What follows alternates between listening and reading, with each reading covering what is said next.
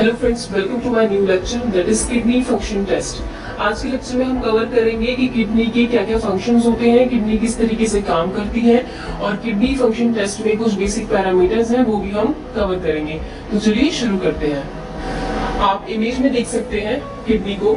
Kidney के अंदर millions में नेफ्रॉन्स प्रेजेंट होते हैं, ओके, और यही किडनी की मेन फंक्शनल यूनिट होती है। नेफ्रॉन्स का क्या फंक्शन होता है? ब्लड को फिल्टर करके यूरिन का फॉर्मेशन करना है, यानी कि ब्लड में जो भी वेस्ट प्रोडक्ट है उसको यूरिन के थ्रू बॉडी से बाहर निकालना। इसमें मैं आपको थोड़ा बेसिक शॉर्ट में बता देती हूँ कि कैसे यूरिन का फॉर्मेशन होता है। ये 3 प्रोसेस को कंप्लीट करके होता है। ग्लोमेरुलस फिल्ट्रेशन, सेकंड है ट्यूबुलर रीअब्सॉर्प्शन एंड थर्ड है ट्यूबुलर सिक्रेशन। ओके, इन 3 प्रोसेस को कंप्लीट करके यूरिन का फॉर्मेशन होता है। ये है एक नेफ्रॉन का स्ट्रक्चर, ये है एक नेफ्रॉन का स्ट्रक्चर। तो होता क्या है, जो भी बॉडी में ब्लड है वो इस एफरेंट आर्टरी के थ्रू होते हुए यहाँ पे ग्लोमेरुलस में आता है। ग्लोमेरुलस में एक वुमेन कैप्सूल होता है जो कि छन्नी की तरह होता है। तो जो भी ब्लड है वो इस छन्नी में आता है और फिल्टर होता है। तो जितनी भी छोटे छोटे मॉलिक्यूल्स हैं, जो वेस्ट प्रोडक्ट है, वो इस फिल्टर के थ्रू जो है, इस नेट के थ्रू फिल्टर हो जाते हैं। और जो भी बड़े बड़े मॉलिक्यूल्स हैं जो हमारी बॉडी को बहुत जरूरत है जिनकी, ठीक है, जो अच्छे मॉलिक्यूल्स हैं जैसे प्रोटीन है, ग्लूकोज है, वो क्या होता है, वो फिल्टर नहीं होता, वो वापस से एफरेंट आर्टरी के थ्रू होते हुए बॉडी में चला जाता है। तो जो मॉलिक्यूल्स फिल्टर हुआ उसको हम बोलेंगे फिल्ट्रेट और वो पीसीटी में आ जाएगा। तो ये था first step, glomerulus filtration. Second step है ट्यूबुलर रीअब्सॉर्प्शन। इसमें क्या होता है कि कभी कभी क्या होता है कि जब ग्लोमेरुलस ब्लड को फिल्टर कर रहा होता है तो वेस्ट प्रोडक्ट के साथ साथ कभी कभी वो ऐसे मॉलिक्यूल्स भी फिल्टर कर देता है जिसको हमारी बॉडी को नीड होती है, जैसे कि ग्लूकोज, स्मॉल जो अमाइनो एसिड्स होते हैं उनको भी वो गलती से फिल्टर कर देता है। क्यों? क्योंकि उनका साइज बहुत छोटा था, इसलिए वो गलती से फिल्टर होकर पीसीटी में आ जाते हैं। बट क्योंकि वो हमारी बॉडी के लिए बहुत जरूरी है, जैसे ग्लूकोज, अमाइनो एसिड, तो किडनी क्या करती है कि उसको यूरिन के थ्रू बाहर नहीं फेंकती। ऐसे में क्या होता है कि आप इमेज में देख सकते हैं कि नेफ्रॉन्स के चारों तरफ कैपिलरीज का कितना सारा जाल बना हुआ है, ठीक है। तो जैसे ही वो मॉलिक्यूल्स फिल्टर होके गलती से पीसीटी में आते हैं, वैसे ही ये कैपिलरीज के थ्रू रीअब्सॉर्ब होके वापस से ब्लड स्ट्रीम में चले जाते हैं अच्छे मॉलिक्यूल्स। तो ट्यूबुलर रीअब्सॉर्प्शन में क्या होता है कि जो मॉलिक्यूल्स गलती से फिल्टर हो जाते हैं और पीसीटी में आ जाते हैं, वो मॉलिक्यूल्स वापस से रीअब्सॉर्ब होके ब्लड स्ट्रीम में आ जाते हैं। तो ये है सेकंड स्टेप। थर्ड स्टेप है ट्यूबुलर सिक्रीशन। जब ग्लोमेरुलस में ब्लड फिल्टर हो रहा होता है तो गलती से कभी कभी वेस्ट प्रोडक्ट जो होता है वो फिल्टर नहीं हो पाता और ब्लड में ही रहता है, या फिर कभी कभी जब मॉलिक्यूल्स फिल्टर होके पीसीटी में आते हैं और जब उनका रीअब्सॉर्प्शन होता है तो अच्छे मॉलिक्यूल्स के साथ साथ कभी कभी वेस्ट प्रोडक्ट भी गलती से रीअब्सॉर्ब हो जाते हैं। तो ऐसी कंडीशन में क्या होता है, ट्यूबुलर सिक्रीशन होता है, यानी कि जो भी मॉलिक्यूल्स गलती से फिल्टर नहीं हो पाए थे या फिर जो गलती से रीअब्सॉर्ब हो गए थे पीसीटी से कैपिलरीज में, तो ये जो कैपिलरीज हैं जो आप देख सकते हैं नेफ्रॉन्स की चारों तरफ है, तो इन कैपिलरीज में से जो वेस्ट प्रोडक्ट है वो वापस से नेफ्रॉन्स में सिक्रीट होता है, ठीक है। तो आप ये जो इमेज में नेफ्रॉन्स के चारों तरफ जो कैपिलरीज का जाल देख रहे हैं, इनका क्या फंक्शन है, जो भी अच्छे मॉलिक्यूल्स हैं या जो वेस्ट प्रोडक्ट है उनको एक्सचेंज करने के लिए यूज किया जाता है। जैसे अगर कोई वेस्ट प्रोडक्ट है ब्लड में तो वो सिक्रीट हो सके वापस से नेफ्रॉन्स में, या फिर अगर कोई मॉलिक्यूल्स गलती से फिल्टर हो गया है और वो हमारी बॉडी के लिए बहुत जरूरी है तो वो वापस से रीअब्सॉर्ब हो सके इस कैपिलरी के थ्रू, तो इसीलिए इनका यहाँ पे एक घना जाल है। इसके बाद फिर जो लूप ऑफ हेनले है उसमें भी वाटर और NaCl जो है वो एब्जॉर्ब होते हैं और फिर एंड में DCT यानी कि डिस्टल कन्वोल्यूटेड ट्यूब्यूल्स में NaCl वाटर का रीअब्सॉर्प्शन होता है और फिर इस तरीके से जो एंड में वाटर बचा है और जो अदर वेस्ट प्रोडक्ट है ये सब मिलकर यूरिन का फॉर्मेशन करते हैं। तो इस तरीके से हमारी किडनी जो है वो एक दिन में 180 लीटर ब्लड फिल्टर करती है और उसमें से कम 1 से 2 लीटर ब्लड जो है वो यूरिन बन के किडनी से एक्सक्रीट होता है। इसके अलावा किडनी के बहुत और भी सारे फंक्शंस हैं, जैसे कि बॉडी में वाटर के बैलेंस को रेगुलेट करती है।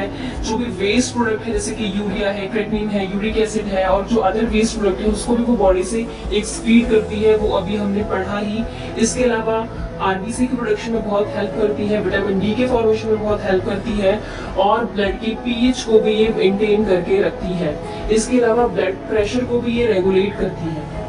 तो ये है किडनी की कुछ मेन फंक्शंस। तो किडनी फंक्शन टेस्ट में हम यही चीज देखते हैं कि जो किडनी है वो सारे की फंक्शंस ठीक से परफॉर्म कर रही है नहीं कर रही, कहीं किडनी में कोई डिजीज या कोई बीमारी वगैरह तो नहीं है। ये सब चीजें हम किडनी फंक्शन टेस्ट में चेक करते हैं।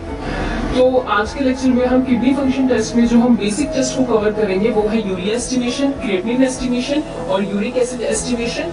और हम किडनी के जो नेफ्रॉन्स में जो ग्लोमेरुलस वाला पार्ट है वो ठीक से अपना फंक्शन कर रहे हैं या नहीं कर रहा है उसको चेक करने के लिए हम क्लियरेंस टेस्ट को भी कवर करेंगे।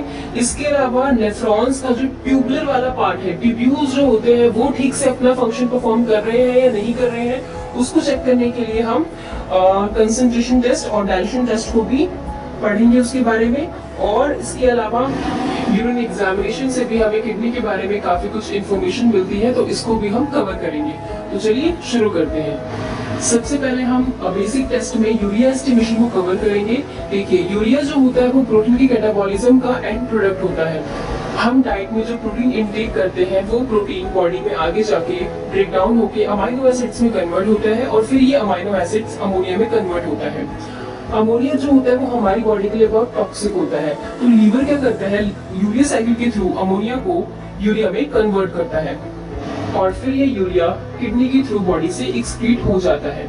ये जो कंडीशन है ये नॉर्मली बॉडी में चलती रहती है, बट इन केस अगर किडनी डैमेज हो गई, किडनी में कोई प्रॉब्लम है, तो फिर ये यूरिया जो होता है ये किडनी से एक्सक्रीट नहीं हो पाता और इस यूरिया का लेवल ब्लड में काफी ज्यादा इंक्रीज हो जाता है और इस कंडीशन को बोलते हैं यूरेमिया। नॉर्मली यूरिया की एस्टिमेशन के लिए 2 कॉमन टेक्निक्स का यूज किया जाता है। फर्स्ट है काइनेटिक मेथड, जिसमें ग्लूटामेट डिहाइड्रोजनेस का यूज किया जाता है और ये मोस्टली जो है ऑटोमेटिक एनालाइजर में यूज किया जाता है।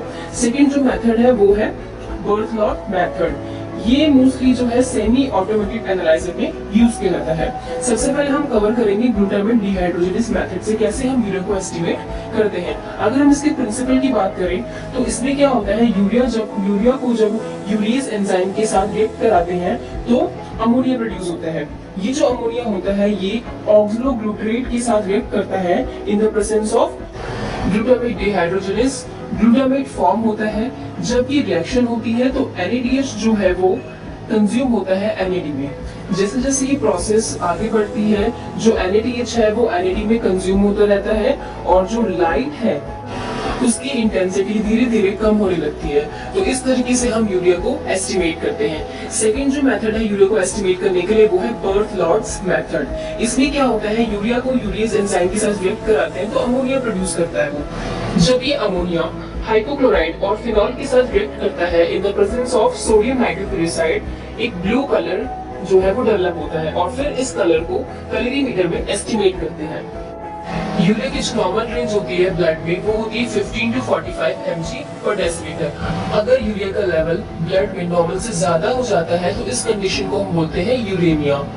हाई लेवल्स ऑफ यूरिया के काफी सारे कॉजेज हैं। सबसे पहले है प्रीरेनल कॉजेज, यानी कि किडनी से पहले की कंडीशन। ठीक है, किडनी से पहले की कंडीशन मतलब कि अगर ब्लड में सर्कुलेशन में कोई प्रॉब्लम है तो भी यूरिया का लेवल्स ब्लड में बढ़ जाते हैं। जैसे कि अगर पेशेंट को शॉक आ गया है, डिहाइड्रेशन की कंडीशन में, डायरिया की कंडीशन में, वॉमिटिंग की कंडीशन में या फिर किसी का ब्लड प्रेशर लो है, तो ऐसी कंडीशन में यूरिया जो है वो किडनी तक पहुंच ही नहीं पाता, तो फिर इस वजह से यूरिया का लेवल हाई हो जाता है। सेकंड जो कॉजेस है वो है रिनल कॉजेस। रिनल कॉजेस मतलब कि किडनी में ही कहीं कोई प्रॉब्लम तो नहीं है। अगर एक्यूट रिनल फेलिंग कंडीशन में, क्रोनिक रिनल डिजीज की कंडीशन में और या फिर किडनी में कार्सिनोमा है तो ऐसी कंडीशन में भी जो यूरिया है वो किडनी से एक्सक्रीट नहीं हो पाता है। थर्ड है पोस्ट रिनल कॉजेस, यानी कि किडनी की बाद की कोई कंडीशन जिसकी वजह से यूरिया का लेवल ब्लड में बढ़ रहा है। वो हो सकता है ऑब्स्ट्रक्शन, अगर यूरिथ्रा में, ठीक है, या फिर ब्लैडर में कोई ऑब्स्ट्रक्शन है, कोई ट्यूमर है, कोई स्टूल है, तो इस वजह से भी यूरिया जो है वो एक्सक्रीट नहीं हो पाता और फिर यूरिया का लेवल्स जो है वो ब्लड में इंक्रीज हो जाता है। तो ये है कुछ कॉजेज। इसके अलावा लो लेवल्स ऑफ यूरिया के क्या क्या कॉजेज हैं? फर्स्ट है लीवर फेलियर। लीवर फेलियर की कंडीशन में यूरिया का लेवल्स जो है वो बहुत ज्यादा लो हो जाता है। सेकंड, अगर लो प्रोटीन डाइट है हमारी, अगर हम प्रोटीन बहुत कम इंटेक कर रहे हैं तो ऐसी कंडीशन में भी यूरिया का लेवल्स जो है वो बहुत ज्यादा लो हो जाता है। यहाँ पे यूरिया से रिलेटेड एक और चीज है, वन ब्लड यूरिया नाइट्रोजन। ये बताता है कि एक यूरिया में कितना नाइट्रोजन प्रेजेंट है, ये उसका एस्टिमेशन करता है। ओके, तो 1 mg पर डेसिलीटर ऑफ यूरिया में 2.14 mg पर डेसिलीटर वन प्रेजेंट रहता है। तो अगर हम यूरिया को 2.14 से डिवाइड कर दे तो हमें 1 मिल जाएगा, और अगर हम 1 को 2.14 से इंटू कर दें तो हमें यूरिया मिल जाएगा। ब्लड यूरिया नाइट्रोजन की जो नॉर्मल रेंज होती है वो होती है 7 to 20 mg पर डेसिलीटर। आई होप आपको ये क्लियर हुआ होगा। सेकंड है क्रिएटिनिन एस्टिमेशन। क्रिएटिनिन क्या होता है? क्रिएटिनिन जो है वो हमारी बॉडी में मसल्स से प्रोड्यूस होता है।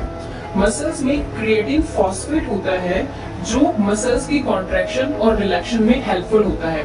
कुछ क्रिएटिन जो है वो मसल्स में ब्रेक डाउन हो जाते हैं और क्रिएटिनिन में कन्वर्ट हो जाते हैं। अब ये जो क्रिएटिनिन है इसका हमारी बॉडी में कोई यूज नहीं होता है, तो हमारी बॉडी क्या करती है, इस क्रिएटिनिन को किडनी के थ्रू बॉडी से एक्सक्रीट करती है। तो ये तो नॉर्मल होता है नॉर्मल कंडीशन में, बट इन केस अगर किडनी डैमेज हो जाती है, ठीक है, तो फिर ऐसी कंडीशन में क्रिएटिनिन जो है वो फिल्टर नहीं हो पाता है और किडनी के थ्रू एक्सक्रीट नहीं हो पाता है, और फिर ऐसी कंडीशन में क्रिएटिनिन का जो लेवल है वो हमारे ब्लड में काफी इंक्रीज हो जाता है। क्रिएटिनिन के एस्टिमेशन के लिए मेनली 2 मेथड्स का यूज किया जाता है। फर्स्ट है जैफीज मेथड एंड सेकंड है क्रिएटिनिन एंजाइमेटिक मेथड। सबसे पहले हम जैफीज मेथड को कवर करेंगे। जैफीज मेथड में क्या होता है कि जब क्रिएटिनिन को अल्कलाइन मीडियम में पिपरिक एसिड के साथ रिएक्ट कराते हैं तो ऑरेंज कलर प्रोड्यूस होता है, बट ये जो रिएक्शन होती है ये एक नॉन स्पेसिफिक रिएक्शन होती है, यानी कि सैंपल में कुछ और भी ऐसी चीजें होती हैं, ऐसे सब्सटेंस होते हैं जो अल्कलाइन मीडियम में पिपरिक एसिड के साथ रिएक्ट करके ऑरेंज कलर प्रोड्यूस करते हैं, और ऐसे सब्सटेंस को हम नॉन क्रिएटिनिन क्रोमोजेंस बोलते हैं। तो इन नॉन क्रिएटिनिन क्रोमोजेंस की वजह से जो क्रिएटिनिन का लेवल है वो फॉल्सली हाई हो जाता है। तो इस चीज को ठीक करने के लिए जैफीज मेथड में कुछ मॉडिफिकेशंस किए गए हैं और इसको जो है Jaffe's fix time kinetic method बनाया गया। ओके, इसमें क्या होता है कि जब हम सैंपल को रीजन के साथ मिक्स करते हैं और जब रिएक्शन स्टार्ट करते हैं, रिएक्शन सेम वही होगा। क्रिएटिनिन जो है वो अल्कलाइन मीडियम में पिपरिक एसिड के साथ रिएक्ट करेगा और ऑरेंज कलर प्रोड्यूस करेगा और रिएक्शन स्टार्ट होगी, लेकिन मशीन जो है वो 20 सेकेंड्स तक कोई रीडिंग नहीं लेगा।